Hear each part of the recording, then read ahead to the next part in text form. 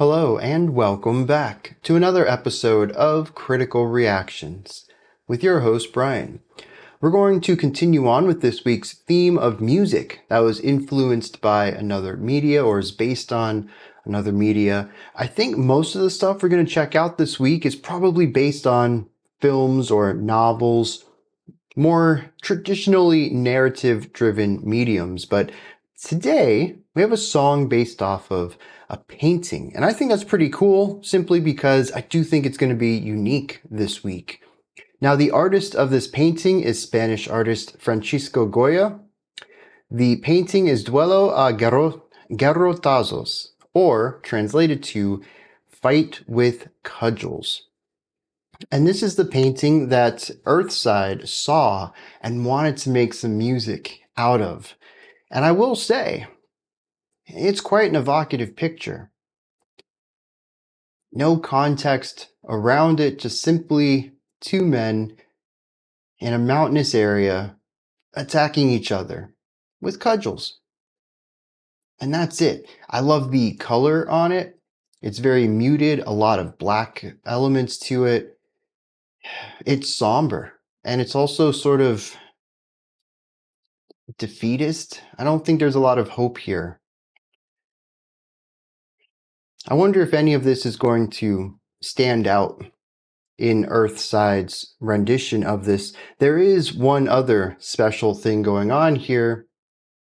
It's not just Earthside, it features Baard Kolstad of Leprous. So we have Baard on drums, presumably, for this track. I don't know. All of this, it's all preamble. Let's get to the music. It adds some nice context, but we are here to experience musical arts. Let's dive in. See what Earthside is doing with All We Knew and Ever Loved.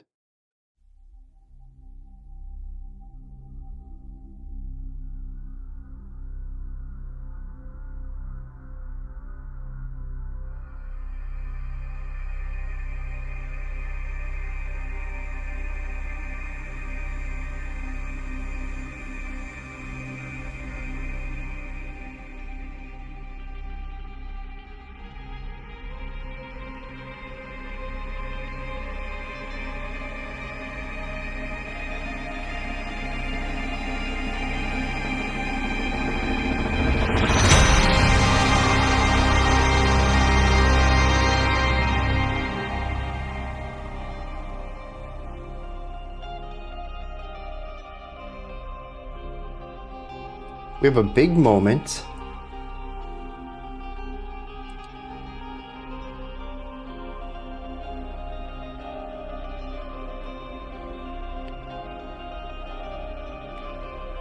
And I don't think it was... I was told that the music video, the imagery of it, is narratively important and parallels parts of the painting as well. I'm going to try not to let myself get too distracted from the music, but I will be paying attention to some of that.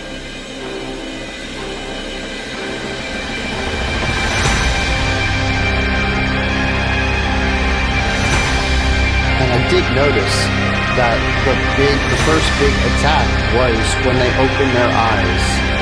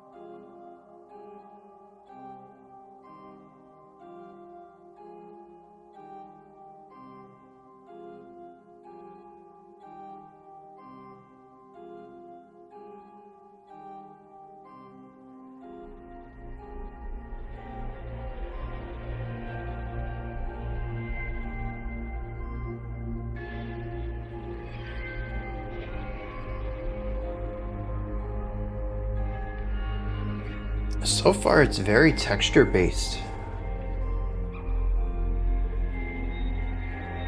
lot of sounds and moments, but not so much in the realm of harmony or melody.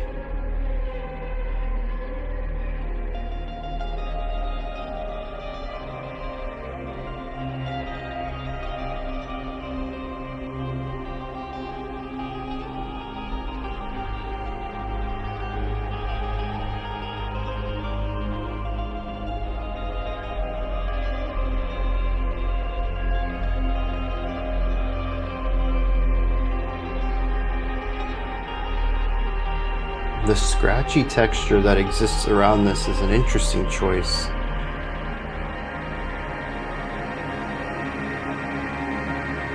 I was going to say there's also this drone fading in.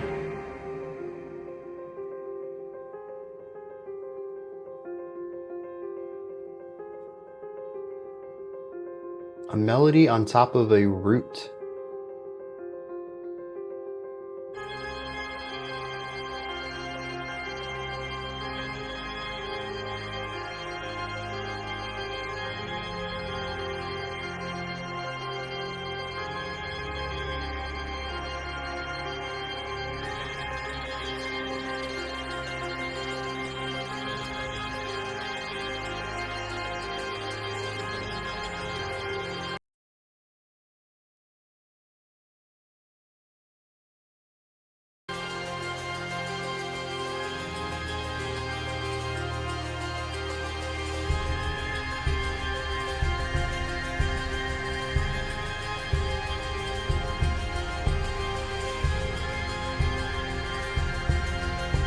That bass drum or tom.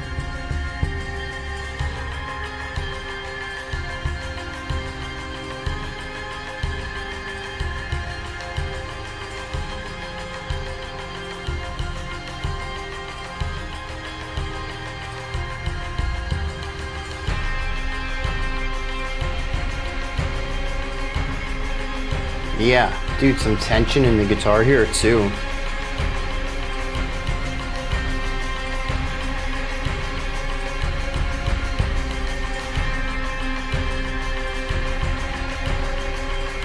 Also notice a drastic,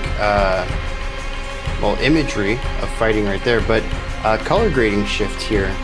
We're into a lot of warmer tones.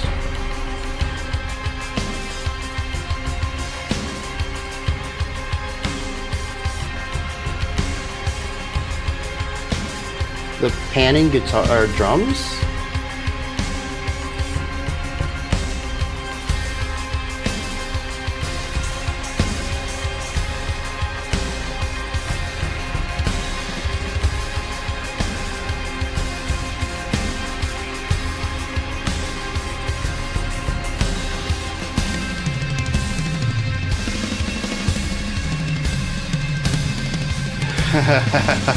That's a cool effect.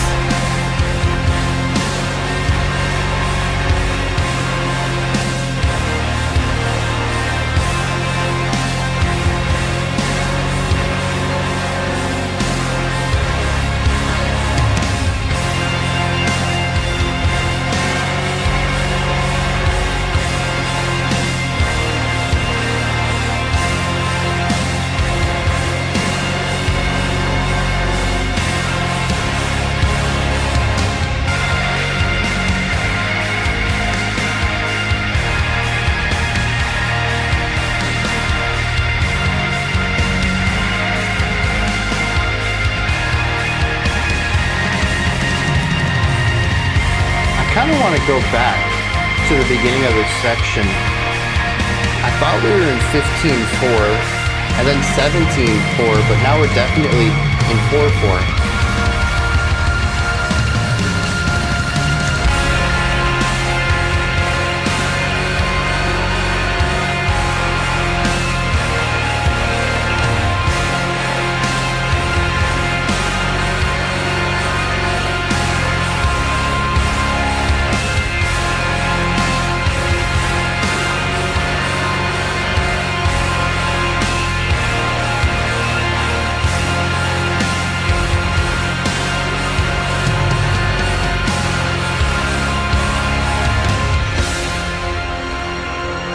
Yeah, it's definitely not in a subtle place anymore. Harmonically, layer-wise, we're in a very different place than we started.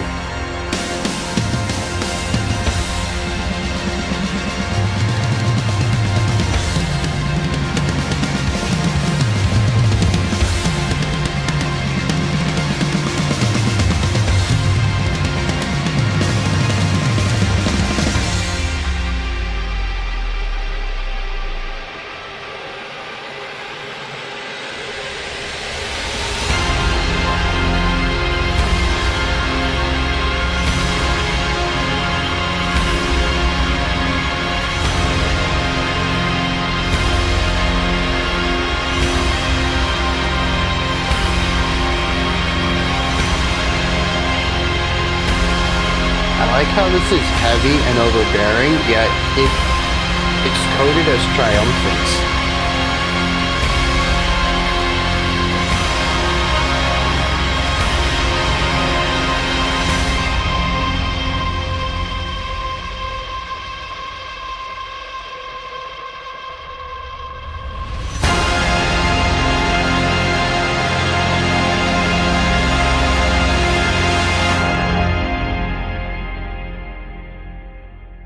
Yeah, dude, that was good. I didn't pay as much attention to the visuals as I think I wanted to. So I think since there's no lyrics here, in lieu of a lyrical dive, I will go back and rewatch it, focusing on the visuals and the emotion of the music rather than the technicality of the music, and kind of piece together maybe the story they're trying to tell with the video and how the music helps tell that story. All right, so first of all, this was super evocative. I think this is really great. I don't necessarily want to call it background music, because I think it works very well on its own too. But it's one of those songs that I think really works well as a multimedia piece to go along with the visuals of this film. I don't know if Earthside had originally envisioned it to go with this music video, or if it was something that they added on after the fact. But regardless, I think I would find it very difficult to listen to it without, at the very least, thinking about the short film that accompanies it here in the music video. Particularly because I think the two of them are so interlinked. But the music, I feel, it does take a bit of a backseat as far as attention goes. It has a lot of really strong emotional resonance to it. We have great atmospheres, great moments, stingers, or wild shifts of tone or sounds, but there really isn't a lot of melody in here, or we get a dash of harmony towards the end. It's shifting chord progressions that give us a lot of information about the final 2 to 3 minutes of the song. But up until that, what we have are a bunch of short little motifs, more so than, memorable melodic ideas. It is a song absolutely built around textures and moments, more so than anything else. And it took a good 5 minutes before you even got a strong sense of rhythm.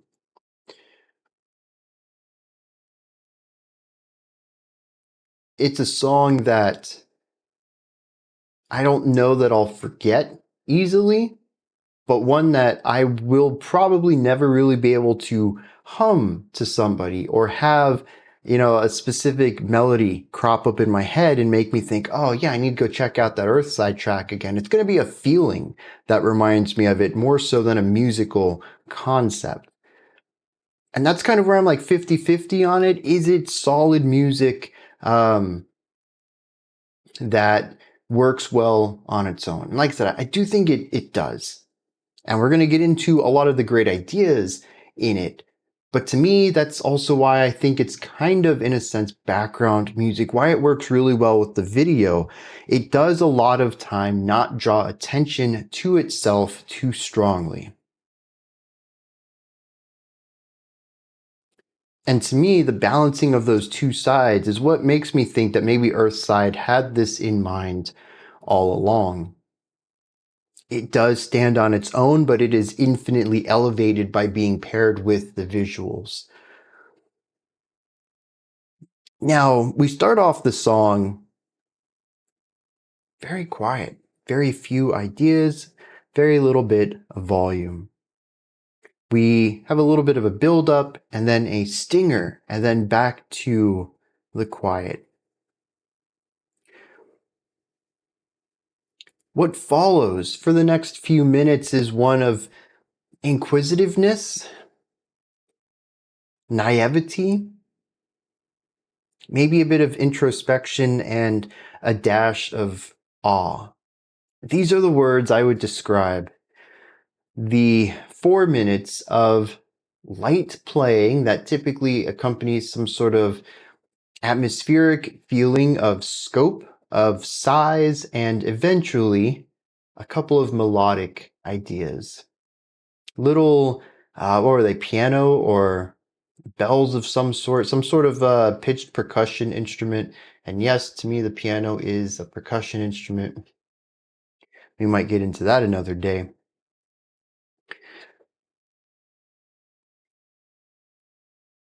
But it all comes together to something that retains a rather small scope, but a feeling of vastness. It captures this idea of almost a bit of joy and positivity. This is where the naivety comes in. There are little things on the outskirts. There's a synth drone maybe that has a little bit of tension to it. There are these little scratching sounds that exist on the outskirts, to little things that say that not everything is going to be okay, or maybe not everything is okay right now. But what I think most people's focus is going to be on are these beautiful melodic lines and the lightness and lack of weight in the sound, a lack of layering, the quietness of it all.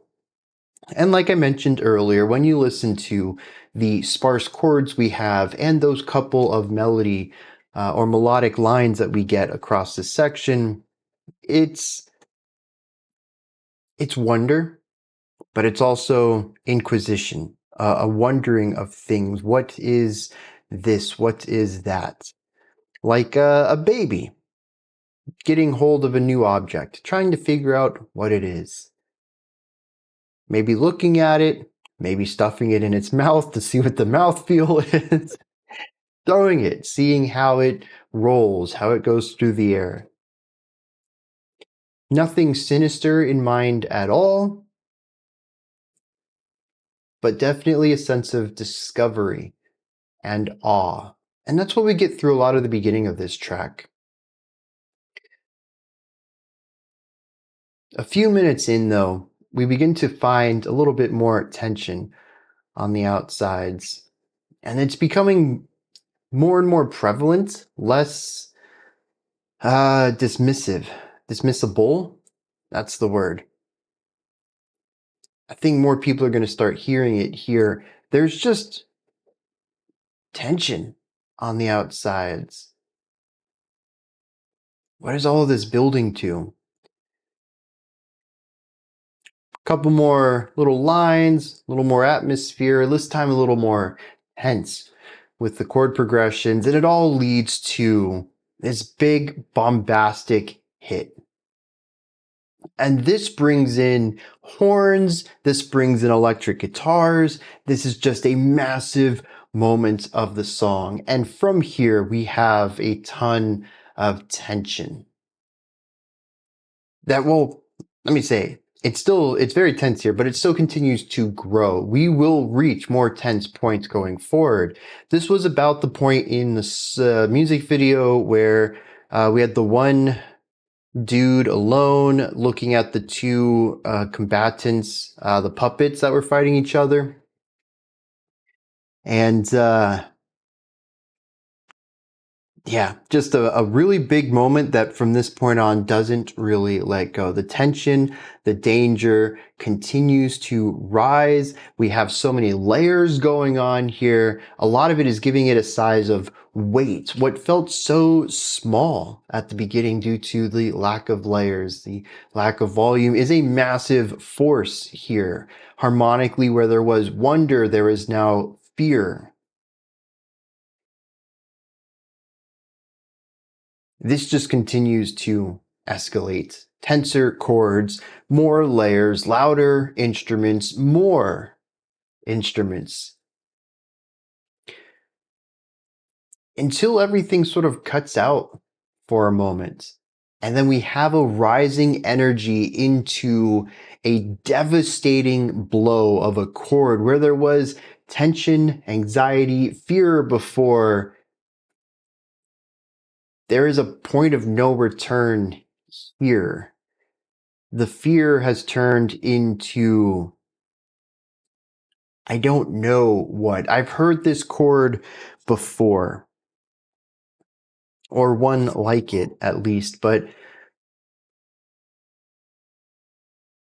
point of no return is always how I describe it. It's typically used when a character in a film, and I will say I have primarily heard it in film score, but when a character has done something that has pushed them past, um, past their limits. They've done something that now they regret but can never take back. It is this point of massive negative change. And I really wish I could condense that down into one word. This is the blank chord, the sad chord, the angry chord, the Rubicon chord. Is that what we can call it? I don't know. But I really like this moment in the song because it allows what I thought was a song that had already reached its emotional peak to elevate just a little bit more, to take us to 11, not sonically. I think that as far as volume, layering goes, we've been at a 10 for a while. But emotionally, we've also been at a 10. And they're going to take that one notch further. And from here, I had mentioned that the song kind of feels large. There's animosity to it. There's danger. There's negativity baked into it, but it's coded as victorious. And I really like that brightness shining through the mixed emotion in that moment. Maybe a little bit of regret is in there, but the task is done. Of course, in the video itself, this was where the one stone dude killed the other. So, a lot of this does narratively work within that framework too. And there's a chance that some of it's being informed by that. But I also think that the feeling of that chord, and, if we're kind of looking at, a pendulum of, or maybe a meter that registers positive to negative, and maybe some of the beginning is a little bit more neutral positive. There is this naivety to it, but I wouldn't necessarily say it's joyous. It's been shifting to the left, going to more negative realms throughout the track. And I thought we had maxed it out. And then that chord kicks in and it breaks the scale.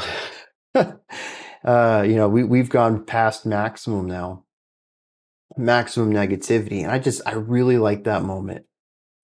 And for the song to basically end there, I mean, that was like 15 seconds to go. The song has to wrap up from that point. There's no time to get better. There's no time to address this. It just has to be. And then the song ends. We bring the energy down a little bit and then it's over. And I really like this story here. Part of me kind of wishes I had listened to this without the music video first. But I didn't know I was going to be checking out the video later in place of the lyrics. So I had it up anyways because I was told that it was important for the music too, that there's a lot of great storytelling in it that goes well with the music. And I still really agree with that. Fantastic multimedia here. But I wonder what my opinion would have been of the music without the video. And granted, I only saw like 40% of the visuals too.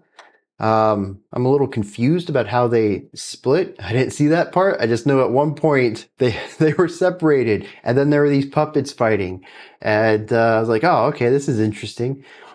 So it'll be interesting to watch the full thing now. But the narrative story here, from small and timid and full of wonder, and turning that into fear, and turning that into anger, and turning that into, almost a sense of a regretful victory, fearic victory, maybe might be a term for that too. The term, we won, but at what cost, comes to mind at that moment. I think a lot of that is baked into the song rather well. I'm pretty sure I would have picked up on most of that even without the visuals. The music does a fantastic job of wearing its emotion on its sleeve, which, as I've mentioned in the past, is also what background music is kind of supposed to do. So that kind of brings me back to the idea that, this is strong on its own, but better as a full work. We've already talked about dynamics, we've talked about layering, talked about the wide use of instrumentation, really focused on the emotional elements, which I think the emotional narrative there is really important. Here's the other thing that stood out to me, though, and I think I would regret if I didn't bring this up. The drums. I think this was one of the first acknowledgments that things were going to go a bit sour, because I had mentioned early on, like 3 minutes in, it was either toms or bass drum. And I say specifically bass drum and not bass kick, because to me, if it is a bass drum, it is a bass drum physically being hit with a mallet, suspended, rather than being placed on the ground. They sound different, and a suspended bass drum typically is going to be larger. It's going to be an orchestral bass drum versus the smaller bass kick that you would use, or the smaller bass drum you would use in a drum kit. So I'm kind of curious about that. It could also just be production tricks to making it sound bigger, so that's a possibility. But there was something about it that felt off. Everything else was measured, maybe, as far as tempo goes, just kind of going with the flow of things, right? But the drums come in and they represent a forward momentum. There's a roll that happens on them that feels like pressure to move forward. It's a quickening of pace, not necessarily in tempo, but in the number of notes per a bar. It feels like we're driving towards something once this comes in, and the drums really take over throughout the first 4 minutes or so, towards the end of that first half, to push the song forward, to take it to the next section, to drag it out of this smaller, more curious mode and into the more dangerous and fearful elements. The drums do a lot of the heavy lifting of pulling the music through the story. And so they're one of the first elements of foreshadowing that this song isn't going to stay in this small, quiet section for very long. But there's also the part where we have the bouncing back and forth of the drums, where the drum kit begins panned. It starts left and then we pan right. And there's this echo going on. Bit of a conversation, possibly.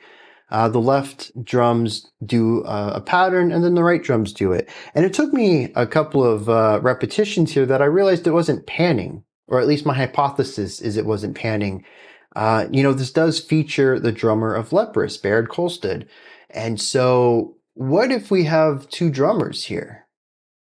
What if this is call and response between two drummers? This is also one of the earliest points of moving into the more fearful side of the music. And what if it's this conversation that's supposed to represent an argument?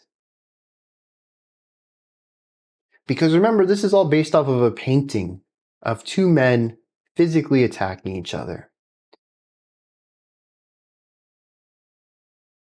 What if this is the inciting incident. What started off as a calm conversation, a little back and forth, turns into more chaotic elements of music where the drums begin to overlap one another. The music overwhelms it, and now instead of just this conversation, we have a heated argument. The drums don't really let up here. They continue to be rather aggressive from this point to the end of the track. What if the drums are representative or are representing the escalating emotions of these two people that ends up in the physical altercation? And, well, I was going to say, and what if this is the first violence or the first moment of violence in history? Now, I think that might be a theme that is present in the music video, and we'll touch on that after I've seen the full short film. But I don't think that's true in the painting, because the two men are wearing modern clothes, not like 21st century clothes, but still modern, not Paleolithic. Which I think is, y'all can correct me on this, I think that's caveman era. Regardless, they definitely look more modern than ancient. And I'm pretty sure that humans were violent to each other long before, the 1800s or so, when maybe these, this dress style was popular. 1900s, maybe? I don't know. I mean, it's not like it's a super detailed painting. So I see a black jacket, and a white shirt, and black pants. I mean, without some more details about what types of clothes these are, I guess they can fit into a couple of different eras. Regardless, I don't think the painting is about the first brush of violence, but the music video kind of might be. Regardless, I think just for a final note on this, just kind of bring it all together. I really enjoy what's going on here. There seems to be some really strong storytelling just in the drums. Maybe there's more beyond that. Everything else I got out of it is very emotional though, setting more of the story beats of this tale into like a condensed form of it, and allowing us to move through these at a rather brisk pace, honestly, but something that feels really well done as an end result. The orchestration, the instrumentation, the composition, all of it works really well. And I don't know what I was expecting from Earthside, but this wasn't it. And it makes me want to listen to more Earthside. So, like I said, we don't have lyrics. Let me watch this video, do a little bit of comments on that, and then we'll wrap this video up. All right, I'm just gonna say that hits a little bit harder when you just absorb it rather than get all, technical about it. A couple of things I noticed though, right off the bat, I remembered the beginning of the song being chiller. We had that stinger at the beginning when the two beings woke up, but that was it that I remembered. But there's actually a lot of eerie moments in the beginning of the song. Even the like 10 seconds to that opening stinger, it's filled with a lot of tension.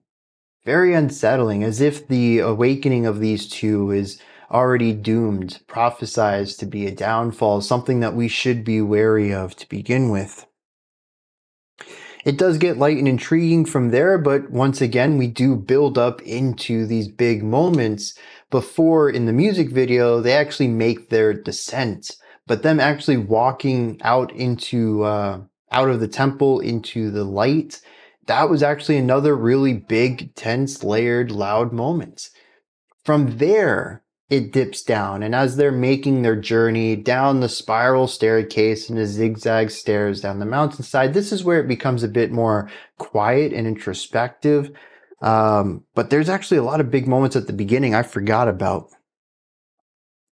Everything else about the song musically, though, pretty much lined up with how I remembered it.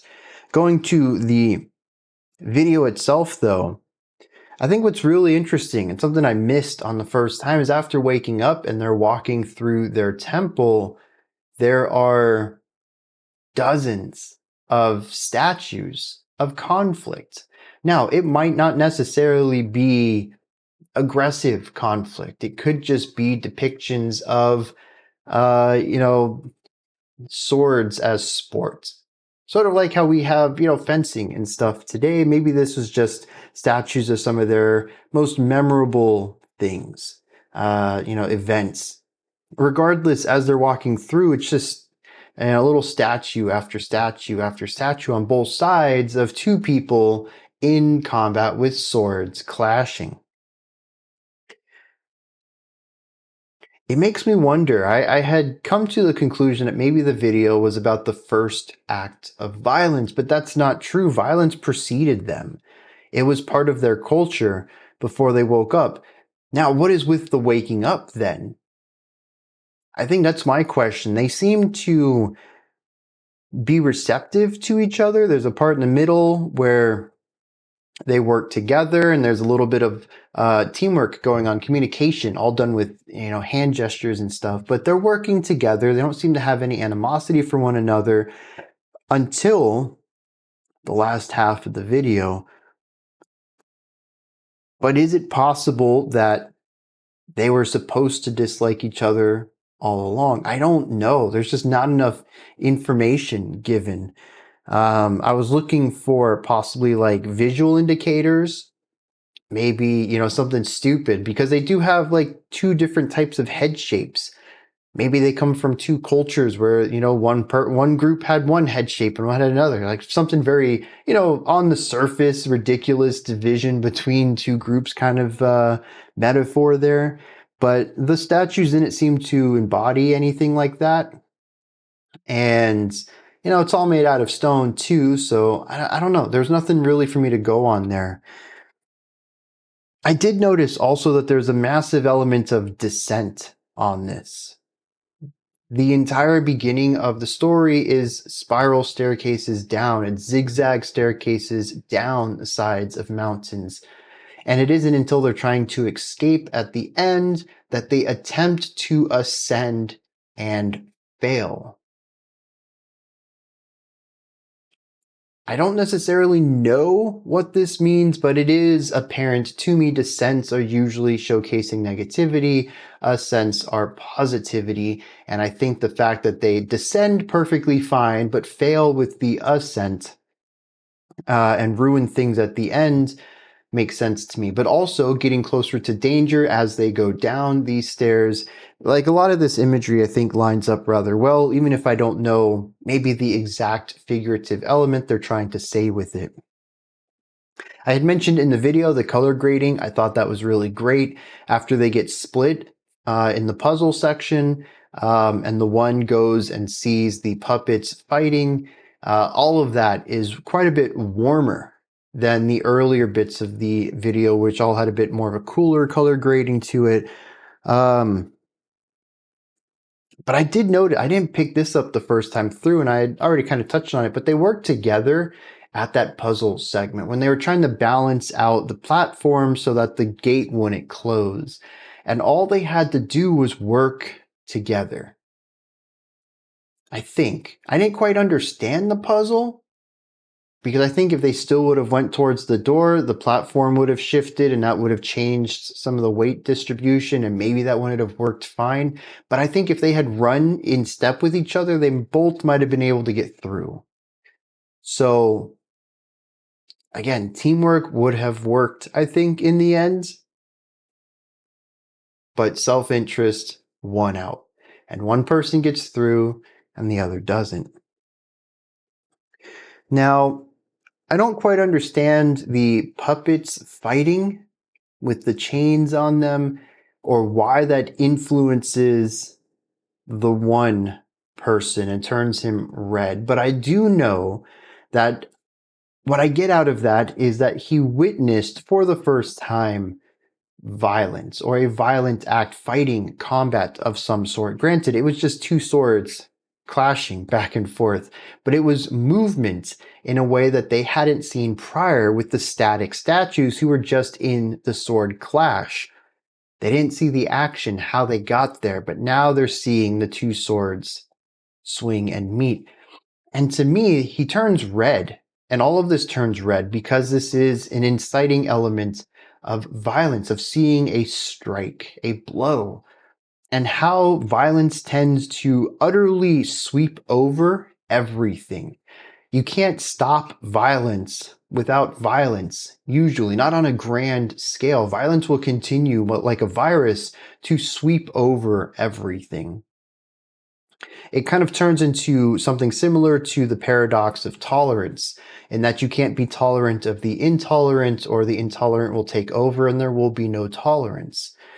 And so in this case, if someone is being violent towards you, in most cases, well, I don't want to say in most cases, but I think in some of the more extreme cases of it, you're not going to be able to peacefully resolve that. There's going to have to be a resort of violence too. And we see that in the video, even the cycle of violence towards the end of the music video itself. But the spreading out of the red, I think, is the infection of violence. I think that's a really cool way of showing it. And of course, this loops over in the end as well. When the redstone guy gets killed, the murderer is now red. The violence has begun to infect him now.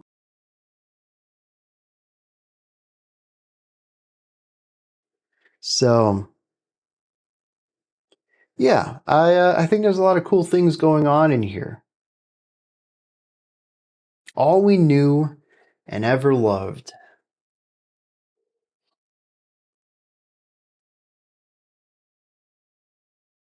I keep coming back to it. I keep coming back to the painting of the two men fighting. They look similar. Again, some of that may be the lack of detail in the painting.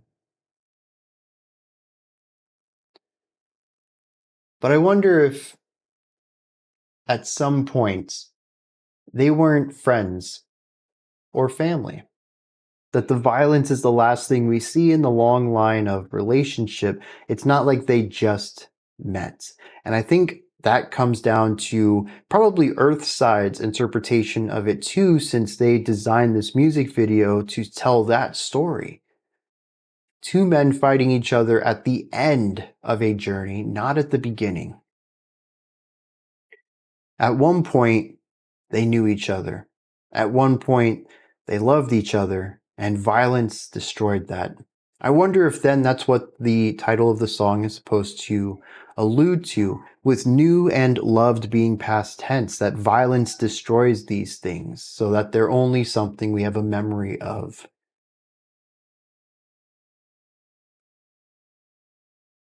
I don't know. These are just my thoughts on Earthside's All We Knew and Ever Loved, featuring Baard Kolstad of Leprous. What are your thoughts?